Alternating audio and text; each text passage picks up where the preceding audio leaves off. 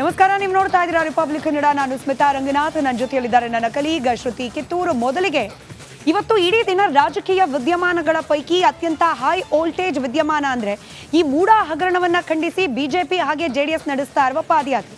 ಇದಕ್ಕೆ ತದ್ವಿರುದ್ಧ ಅನ್ನೋ ರೀತಿಯಲ್ಲಿ, ಕೌಂಟರ್ ಅನ್ನೋ ರೀತಿಯಲ್ಲಿ ಮೈಸೂರಿನಲ್ಲಿ ಕಾಂಗ್ರೆಸ್ನಿಂದ ಆಯೋಜನೆಗೊಂಡಿರುವ ಸಮಾವೇಶ. ಇಷ್ಟೆಲ್ಲ ಬೆಳವಣಿಗೆಗಳಿಗೆ ಮೂಲ ಕಾರಣ ಅಂದ್ರೆ ಮೂಡ ಹಗರಣ. ಮೂಡಾದಲ್ಲಿ ಸಿಎಂ ಪತ್ನಿ ಹೆಸರಲ್ಲಿ ನೀಡಲಾಗಿರುವ ಸೈಟ್ಗಳು. ಆದರೆ ಇದೇ ಸೈಟ್ ವಿಚಾರಕ್ಕೆ ಸಂಬಂಧಪಟ್ಟಂತೆ ಸಿಎಂ ಪುತ್ರ ಯತೀಂದ್ರ ಸಿದ್ದರಾಮಯ್ಯನವರು ಅಚ್ಚರಿಯ ಹೇಳಿಕೆ ನೀಡಿದ್ದಾರೆ. ತನಿಖೆ ಮುಗಿಯುವವರೆಗೂ ಕೂಡ ಆ ಸೈಟ್ ನಮ್ಮದೇ ಅಲ್ಲ. ಮೈಸೂರಿನಲ್ಲಿ ಮುಖ್ಯಮಂತ್ರಿ ಸಿದ್ದರಾಮಯ್ಯನವರ ಪುತ್ರ ಯತೀಂದ್ರ ಸಿದ್ದರಾಮಯ್ಯನವರ ಹೇಳಿಕೆ ಇದು. ಅಲ್ಲ, ಈಗಾಗಲೇ ಅದನ್ನು ಹೇಳಿದರೆ ವಾಪಸ್ ಕೊಡ್ತೀನಿ ಅಂತ ಇವಾಗ ಜುಡಿಷಿಯಲ್ ಕಮಿಷನ್ಗೆ ಮಾಡಿದ್ದಾರೆ. ಜುಡಿಷಿಯಲ್ ಕಮಿಷನ್ಗೆ ಏನು ಹೇಳಿದೆ, 2005ರಿಂದ ಏನೇನು ಸೈಟ್ಗಳು ಕೊಟ್ಟಿದೆ ಅದನ್ನೆಲ್ಲನೂ ತನಿಖೆ ಮಾಡಬೇಕು ಅಂತ ಹೇಳಿದೆ. ಅದರರ್ಥ ಏನರ್ಥ? ಅದು ರದ್ದಾಗಿದೆ ಅಂತಲೇ ಅರ್ಥ. ಈಗ ನಮ್ಮ ಸುಪರ್ದಿಗೆ ಬರೋದಿಲ್ಲ. ಆ ಜುಡಿಷಿಯಲ್ ಕಮಿಷನ್ ಅವರು ತನಿಖೆ ಮಾಡಿ ವರದಿ ಕೊಡೋ ತನಕ ಅದು ನಮ್ಮ ಸೈಟ್ಗಳಲ್ಲ. ಸೊ ಹಾಗಾಗಿ ಅವ್ರು ತನಿಖೆ ಮಾಡಿ ವರದಿ ಕೊಡ್ತಾರೆ. ಅವ್ರು ನಮ್ಮದು ಅಂತ ಹೇಳಿದ್ರೆ ಸೈಟ್ ನಮ್ಮದಾಗುತ್ತೆ. ಇಲ್ಲ ಅಂದರೆ ನಾವು ಕೋರ್ಟ್ಗೂ ಹೋಗಿ ನಾವು ನಮ್ಮ ನ್ಯಾಯ ದೊರಕಿಸ್ಕೊಳ್ಳೋಕೆ ನಾವೇನು ವೈಯಕ್ತಿಕವಾಗಿ ಮಾಡಬೇಕು, ಕುಟುಂಬದವರು ನಾವು ಅದನ್ನು ಮಾಡ್ತೀವಿ. ಕಾಂಗ್ರೆಸ್ ದೋಸ್ತಿ ನಡುವೆ ಭ್ರಷ್ಟಾಚಾರದ ಬ್ಯಾಟಲ್ ಜೋರಾಗ್ತಾ ಇದೆ. ದೋಸ್ತಿ ಪಾದಯಾತ್ರೆಯ ವಿರುದ್ಧ ಕೈ ಜನಾಂದೋಲನ. ಸಿಎಂ ತವರೂರಲ್ಲೇ ಸಮಾವೇಶದ ಮೂಲಕ ಸಿದ್ದರಾಮಯ್ಯನವರ ಶಕ್ತಿ ಪ್ರದರ್ಶನ ಕೂಡ ವೇದಿಕೆಯಲ್ಲಿ. ಮೈಸೂರು ಮಹಾರಾಜ ಕಾಲೇಜು ಮೈದಾನದಲ್ಲಿ ಬೃಹತ್ ಸಮಾವೇಶವನ್ನು ಹಮ್ಮಿಕೊಳ್ಳಲಾಗಿದೆ. ಸುತ್ತಮುತ್ತ 4-5 ಜಿಲ್ಲೆಗಳ ಕಾರ್ಯಕರ್ತರು ಭಾಗಿಯಾಗಲಿದ್ದಾರೆ. ಸಿದ್ದರಾಮಯ್ಯನವರ ಬೆಂಬಲವಾಗಿ ನಿಂತಿದ್ದಾರೆ ಡಿಸಿಎಂ ಡಿಕೆ ಶಿವಕುಮಾರ್ ಆದಿಯಾಗಿ ಕಾಂಗ್ರೆಸ್ನ ಹೈಕಮಾಂಡ್. ದೃಶ್ಯ ಗಮನಿಸ್ತಾ ಇದ್ದೀವಿ. ವೇದಿಕೆ ಮೇಲೆ ಎಲ್ಲರ ಆಗಮನ ಕೂಡ ಆಗಿರುವ ದೃಶ್ಯ. ನಾಳೆ ದೋಸ್ತಿ ನಾಯಕರ ಪಾದಯಾತ್ರೆ ಮೈಸೂರು ತಲುಪುತ್ತೆ ಅಂದ ತಕ್ಷಣ ಸಿಎಂ ತವರೂರಲ್ಲೇ ಇವತ್ತು ಕಾಂಗ್ರೆಸ್ ಮತ್ತೊಂದು ಪ್ರತ್ಯಾಸ್ತ್ರವನ್ನ ದೋಸ್ತಿಗಳ ಪಾದಯಾತ್ರೆಗೆ ಅನ್ನೋ ಕಾರಣಕ್ಕೆ ಜನಾಂದೋಲನದ ಸಮಾವೇಶ ದೃಶ್ಯ ಗಮನಿಸ್ತಾ ಇದ್ದೀವಿ. ವೇಣುಗೋಪಾಲ್ ಅವರು ಕೂಡ ಭಾಗಿಯಾಗಿದ್ದಾರೆ. ಸುರ್ಜೇವಾಲಾ ಅವರಿದ್ದಾರೆ. ಸಿಎಂ ಅವರ ಬೆನ್ನಿಗೆ ನಿಂತ್ಕೊಂಡಿದೆ ಕಾಂಗ್ರೆಸ್ನ ಹೈಕಮಾಂಡ್.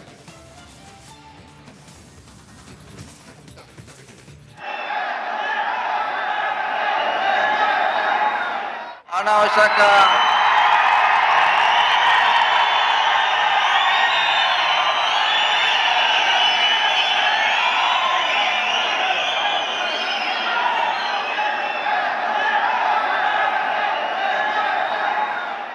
ಕೆಪಿಸಿಸಿ ಅಧ್ಯಕ್ಷರು ಆಗಿರ್ತಕ್ಕಂಥ, ಈ ಪಕ್ಷಕ್ಕೆ ಹೊಸ ಚೇತನವನ್ನು ತಂದುಕೊಟ್ಟಂತ ನಿಮ್ಮೆಲ್ಲರ ನಾಯಕರು ಆಗಿರ್ತಕ್ಕಂಥ, ಮತ್ತು ಈ ಹೋರಾಟದಲ್ಲಿ ಬೆಂಗಳೂರಿನಿಂದ ಮೈಸೂರವರೆಗೆ ಎಲ್ಲ ಕಡೆ ಸಭೆಗಳನ್ನು ಮಾಡಿ ಜನರಿಗೆ ಸತ್ಯವನ್ನು ಹೇಳ್ತಕ್ಕಂಥ ರೀತಿಯಲ್ಲಿ ಅವರು ಮಾಡಿದಂಥ ಕೆಲಸ ಅತ್ಯಂತ ಶ್ಲಾಘನೀಯವಾದಂಥ ಕೆಲಸವನ್ನು ಅವರು ಮಾಡಿ ಜನರಿಗೆ ಎಚ್ಚರಿಕೆಯನ್ನು ಕೊಟ್ಟಿದ್ದಾರೆ, ಕೊಟ್ಟಿದ್ದಾರೆ. ಅವ್ರಿಗೂ ಸಹ ತಮ್ಮೆಲ್ಲರ ಪರವಾಗಿ, ಪಕ್ಷದ ಪರವಾಗಿ ಆತ್ಮೀಯವಾದ ಸ್ವಾಗತವನ್ನು ಬಯಸ್ತೇನೆ.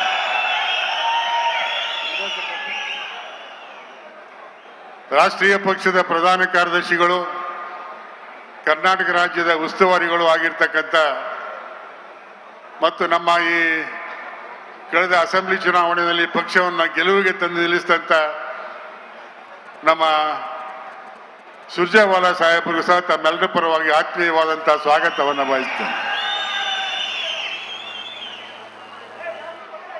ಹಾಗೆ ನಮ್ಮ ಮಂತ್ರಿ ಮಂಡಲದ ಎಲ್ಲ ಸದಸ್ಯಗಳು ಸಹ ಈ ಸಮಾರಂಭದಲ್ಲಿ ಭಾಗವಹಿಸಿದ್ದಾರೆ. ಎಲ್ಲರೂ ಹೆಸರು ಹೇಳಲಿಕ್ಕೆ ಸಮಯ ಆಗ್ತದೆ. ಅದು ನಾನು ಎಲ್ಲ ಮಂತ್ರಿಗಳಲ್ಲಿ ಮನವಿ ಮಾಡ್ತೇನೆ, ಬೇಸರ ಮಾಡಿಕೊಳ್ಬಾರ್ದು. ತಮ್ಮೆಲ್ಲರಿಗೂ ಪಕ್ಷದ ಪರವಾಗಿ ತಮ್ಮೆಲ್ಲರಿಗೂ ಆತ್ಮೀಯವಾದಂತಹ ಸ್ವಾಗತವನ್ನು ಬಯಸ್ತೇನೆ. ಹಾಗೆ ಲೋಕಸಭಾ ಸದಸ್ಯರುಗಳು, ಗೆದ್ದಿರ್ತಕ್ಕಂಥವ್ರು, ಸೋತಿರ್ತಕ್ಕಂಥವ್ರು, ಅವ್ರಿಗೂ ಸಹ ನಾನು ಆತ್ಮೀಯವಾದಂತಹ ಸ್ವಾಗತವನ್ನು ಬಯಸ್ತೇನೆ. ಹಾಗೆ ನಮಗೆಲ್ಲ ಶಾಸಕ ಸ್ನೇಹಿತರು 224 ಜನ ಸ್ಪರ್ಧೆ ಮಾಡಿದ್ದು, 136 ಜನವನ್ನು ತಾವು ಗೆಲ್ಲಿಸ್ಕೊಟ್ಟಿದ್ದೀವಿ. 136 ಜನ ಶಾಸಕರು ಸಹ ಈ ಸಭೆಯಲ್ಲಿ ಭಾಗವಹಿಸಿದ್ದಾರೆ. ಹಾಗೆ ಸೋತವರು ಸಹ ನಮ್ಮ ಮಿತ್ರರು, ಅವರು ಸಹ ಈ ಸಭೆಯಲ್ಲಿ ಭಾಗವಹಿಸಿದ್ದಾರೆ. ಅವ್ರಿಗೂ ಸಹ ತಮ್ಮೆಲ್ಲರ ಪರವಾಗಿ ನಾನು ಪಕ್ಷದ ಪರವಾಗಿ ಆತ್ಮೀಯವಾದಂಥ ಸ್ವಾಗತವನ್ನು ಬಯಸ್ತೇನೆ. ಹಾಗೂ ವಿಧಾನ ಪರಿಷತ್ತಿನ ಸದಸ್ಯರುಗಳು, ಮಾಜಿ ವಿಧಾನ ಪರಿಷತ್ತಿನ ಸದಸ್ಯರುಗಳು ಈ ಸಮಾರಂಭದಲ್ಲಿ ಭಾಗವಹಿಸಿದ್ದಾರೆ. ಅವ್ರಿಗೂ ಸಹ ಪಕ್ಷದ ಪರವಾಗಿ ಆತ್ಮೀಯವಾದಂತಹ ಸ್ವಾಗತವನ್ನು ಬಯಸ್ತೇನೆ.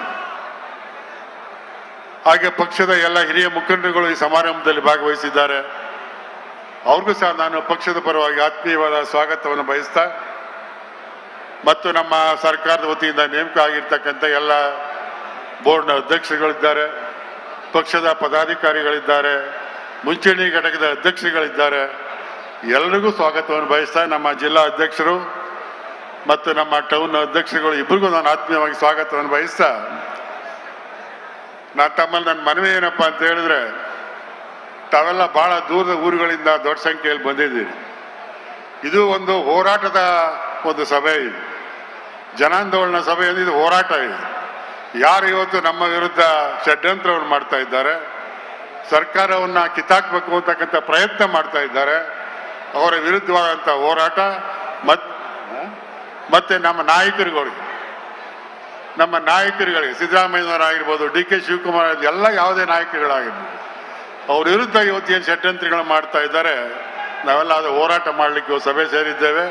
ಈ ಸಭೆ ಮುಗಿಯೋ ತನಕ ಈ ಬಗ್ಗೆ ಮತ್ತಷ್ಟು ಡೀಟೇಲ್ಸ್ ಅನ್ನ ಕೊಡೋದಕ್ಕೆ ನನ್ನ ಸಹೋದ್ಯೋಗಿ ಶ್ರೀಲಕ್ಷ್ಮಿ ರಾಜ್ಕುಮಾರ್ ಸ್ಪಾಟ್ ಇಂದಲೇ ನೇರ ಸಂಪರ್ಕದಲ್ಲಿ ಜಾಯಿನ್ ಆಗ್ತಿದ್ದಾರೆ. ಶ್ರೀಲಕ್ಷ್ಮಿ, ಒಂದ್ ಕಡೆ ದೋಸ್ತಿ ನಾಯಕರ ಪಾದಯಾತ್ರೆಯನ್ನ ಕೂಡ ತಾವು ಕವರೇಜ್ ಮಾಡಿದ್ರಿ. ಈಗ ಕಾಂಗ್ರೆಸ್ನ ಜನಾಂದೋಲನ ಸಮಾವೇಶ, ಅಸ್ತ್ರಕ್ಕೆ ಪ್ರತ್ಯಾಸ್ತ್ರ, ಹೇಗೆ ಕಾಣಿಸ್ತಾ ಇದೆ ಸನ್ನಿವೇಶ?